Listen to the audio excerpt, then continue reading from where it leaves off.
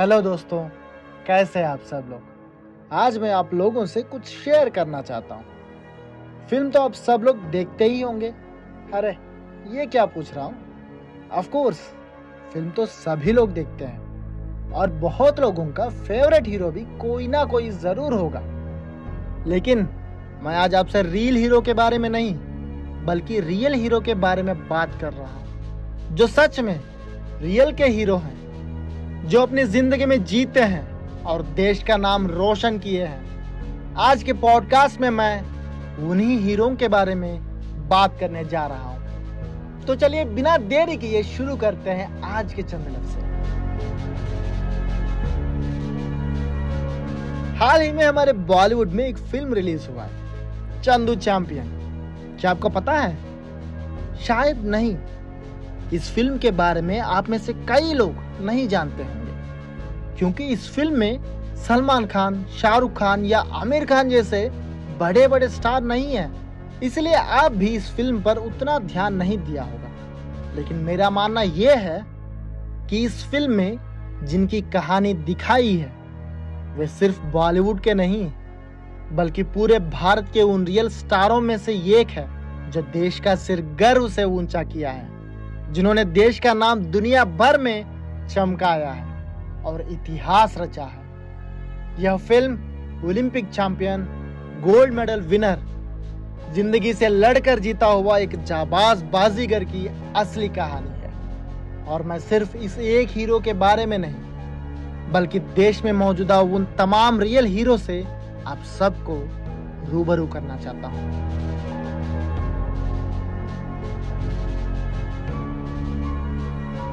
सलमान खान की फिल्म सुल्तान याद ही होगी। वो एक काल्पनिक कहानी थी, लेकिन उस फिल्म को देखने के लिए थिएटर्स में लाइन लगी हुई थी। अब सवाल उठता है कि उस फिल्म के लिए उतनी दीवानगी और इस रियल कहानी से ये दूरी क्यों?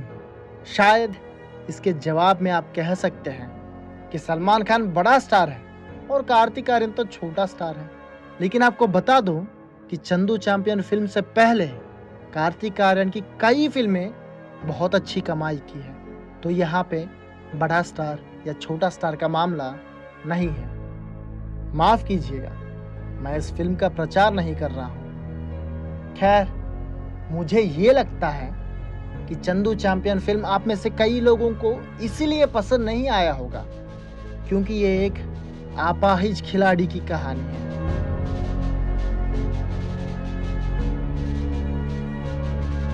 मैंने बहुत बार सुना है, पता नहीं मेरा सोच सही होगा या गलत भी हो सकता है, लेकिन एक बात तो सही है कि हमारे समाज में हर कोई ज्ञान देता है कि अपाहिजों को किसी से कम मत समझो, उनको बराबर का हक और सम्मान देने की बात भी करते हैं। लेकिन क्या सच में हमारे समाज में ऐसा होता है? हमारे समाज में अपाहिजों को बराबर हक मिलता है? हक का छोड़ो, थोड़ा सा सम्मान भी नहीं मिलता है। क्यों? मेरी बात सही नहीं लग रही है? तो ये बताइए कि आप में से कितने लोग मुरलीकांत पेटकर को जानते हैं? मुझे जितना अंदाज है उसके हिसाब से ये पॉडकास्ट जितने लोग सुन रहे हैं उनमें से 10% लोगों को भी ये नाम नहीं पता होगा, क्योंकि ये एक अपाहिज खिलाड़ी है। मुरलीकांत एक रियल हीरो है जिन्होंने देश के लिए गोल्ड मेडल जीतकर इतिहास रचा था। फिल्म चंदू चैंपियन मुरलीकांत पेटकर की ही कहानी है। मुरलीकांत एक सेना का जवान है जिन्हें 1965 के युद्ध में गोली लग गई थी और वो कोमा में चले गए थे। 2 साल बाद जब वो होश में आते हैं तो उनका शरीर का निचला हिस्सा काम करना बंद कर देता है, यानी पैरालाइज्ड हो गए हैं। अब डॉक्टर भी उन्हें कह देते हैं कि उनकी बाकी पूरी जिंदगी उसी व्हीलचेयर में गुजारना पड़ेगा। इसी वजह से वे अपने फैमिली से भी दूर हो जाते हैं और अकेले जीने लगते हैं। लेकिन इन सब के बावजूद वो हिम्मत नहीं हारे और देश के लिए गोल्ड जीतने का उनका सपना साकार किया है। मुरलीकांत की इसी जाबाजता को देखते हुए सरकार ने भी उन्हें पद्मा अवार्ड से सम्मान किया है।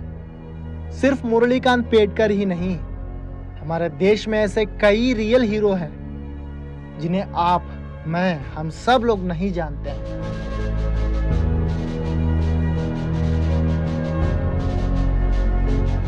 ध्यानचंद, जो भारत के हॉकी के पिता माने जाते हैं, उनसे लेकर मिल्खा सिंह, कपिल देव, पीटी उषा, करणम मल्लीश्वरी, विश्वनाथन आनंद, अभिनव बिंद्रा, नीरज चोपड़ा, ऐसे कई खिलाड़ियों को हम जानते हैं जो ओलंपिक्स में, एशियन गेम्स में या कई सारे एथलेटिक्स टूर्नामेंट्स में बहुत सारे मेडल्स जीते हैं, जिन्हें हम अपना रोल मॉडल भी मानते हैं। सही है, ये हमारे हीरो हैं, ये बात तो मैं भी मानता हूँ, लेकिन मेरे नज़र में हीरो और भी हैं जो इनसे ज्यादा मेहनत करके अपने आप को साबित किए हैं, क्योंकि वो अपाहिज हैं। चलिए आपका एक टेस्ट लेता हूं।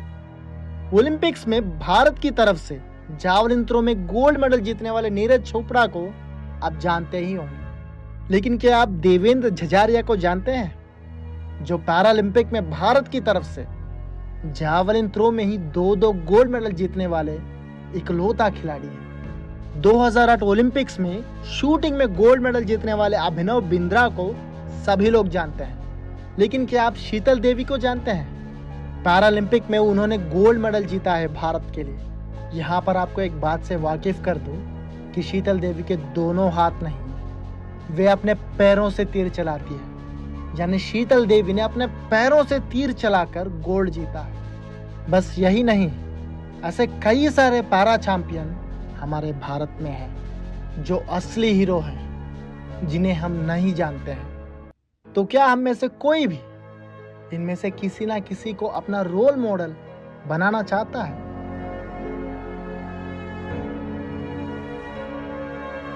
अच्छा वो छोड़ो, हमारे रोल मॉडल मानने से या ना मानने से उनका क्या जाएगा। उनको तो अपने जिंदगी में जीतना है और मेडल जीत के भारत का नाम रोशन करना है। लेकिन मेडल जीतने के बाद भी जितना दर्जा, पहचान और सेलिब्रिटी स्टेटस नीरज चोपड़ा या अभिनव बिंद्रा या कोई और खिलाड़ियों को मिलता है, उसमें से 10% भी इन पैरालंपिक खिलाड़ियों को नहीं मिलता है। 2-2 गोल्ड, 3-3 गोल्ड जीतने के बाद भी इनको सही से स्पॉन्सर भी नहीं मिलते हैं। लेकिन ऐसा क्यों? क्योंकि दुनिया में ओलंपिक्स का जितना पहचान है, उससे अगर तुलना करें तो पैरालंपिक का पहचान ना के बराबर है। क्योंकि इन विकलांग खिलाड़ियों पर ना हमारा सिस्टम उतना ध्यान देता है और ना हम यानी आम जनता इनको उतना तवज्जो देते हैं, जिस वजह से जिंदगी में सब कुछ खोकर भी हार ना मानने वाले ये जाबाज आखिर तक पर्दे के पीछे ही रह जाते हैं। लेकिन एक बार सोचिए कि इन लोगों ने अपनी जिंदगी में क्या नहीं सहा है, क्या नहीं खोया है। इनमें से कई लोगों को खुद घर वाले बोझ मानते हैं। कुछ लोगों पर हर दिन अड़ोस पड़ोस वाले दया दिखाने की दिखावा करते हैं और उन्हें नीचा दिखाते हैं। ऐसे कई सारे मुश्किलों का सामना करते हुए ये लोग अपने आप को इतना काबिल बनाकर देश के लिए मेडल जीतते हैं, अंतर्राष्ट्रीय स्तर पर देश का नाम रोशन करते हैं। तो अब आप ही बताइए, कौन है असली हीरो, कौन है असली जाबाज? खैर, यह फैसला मैं आप पर छोड़ देता हूँ। तो ये है आज के चंद लफ्ज़। अगर आपको मेरा पॉडकास्ट पसंद आई तो एक लाइक कीजिए और अपने दोस्तों के साथ भी शेयर कीजिए। और ऐसे ही मज़ेदार पॉडकास्ट के लिए हमारे hit TV today YouTube channel को सब्सक्राइब कीजिए और हर पल के खबरों के लिए हमारे hit TV short news app को डाउनलोड कीजिए। अगले हफ्ते ऐसे ही और एक मज़ेदार पॉडकास्ट के साथ आपके सामने आता हूँ। तब तक के लिए धन्यवाद और अलविदा।